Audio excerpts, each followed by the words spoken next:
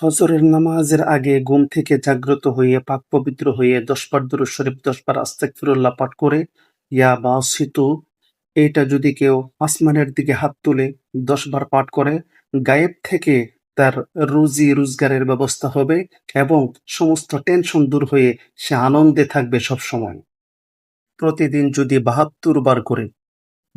বার করে ইয়া বাসিতু আল্লাহ পাকের এই নামটা কেউ আমল করে ফজরের পর অথবা মাগরিবের পর অথবা এশার নামাজের পরে প্রতিদিন একই টাইমে যদি এই আমলটা কেউ করে দুশ্মন তার কিছু করতে পারবে না, সমস্ত দুশ্মন তার বন্ধ হয়ে যাবে। ৫ ওয়াক্ত ফরজ নামাজের পরে যদি কেউ ১০০ বার অথবা ২০০ বার করে আল্লাহ পাকের নাম ইয়া বাসিতু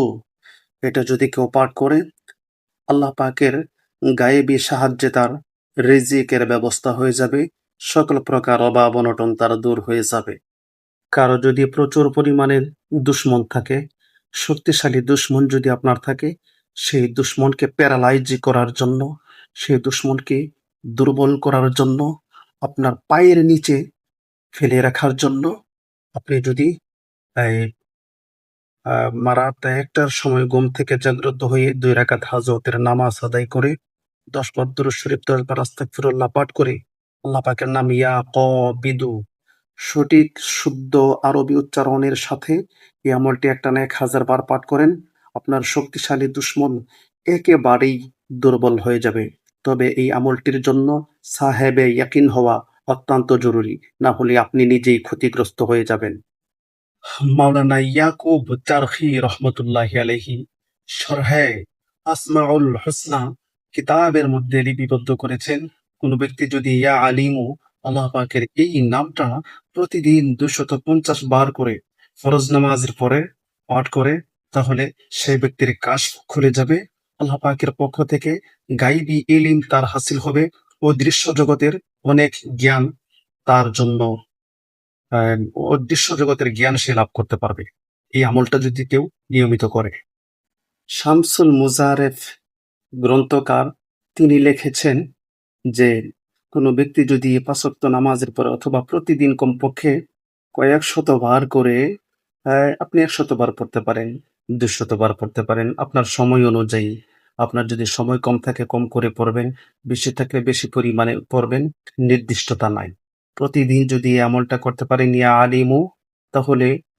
আল্লাহ পাকের পক্ষ থেকে গোপন জ্ঞান ভান্ডারের দরজা আপনার জন্য খুলে যাবে এবং সকল প্রকার অভাব অনটন দূর হয়ে যাবে। আপনি আল্লাহর কাছে যা চাইবেন তাই পেয়ে যাবেন, সকল দোয়া আপনার কবুল হবে।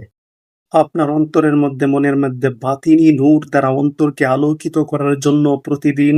৫ ওয়াক্ত ফরজ নামাজের পরে ৭০ বার করে পাঠ করুন ইয়া ফাত্তাহু, অদৃশ্য জগতের অনেক জ্ঞান আপনার হাসিল হয়ে যাবে। প্রতি সোমবার এবং শুক্রবার দিন মাগরিবের নামাজের পরে ১৪০ দিন পর্যন্ত যদি কেউ বিরতিহীনভাবে ১০ বার দুরূদ এবং ১০ বার আস্তাগফিরুল্লাহ পাঠ করে ইয়া মুআজ্জু আল্লাহ পাকের এই নামটা ১৪০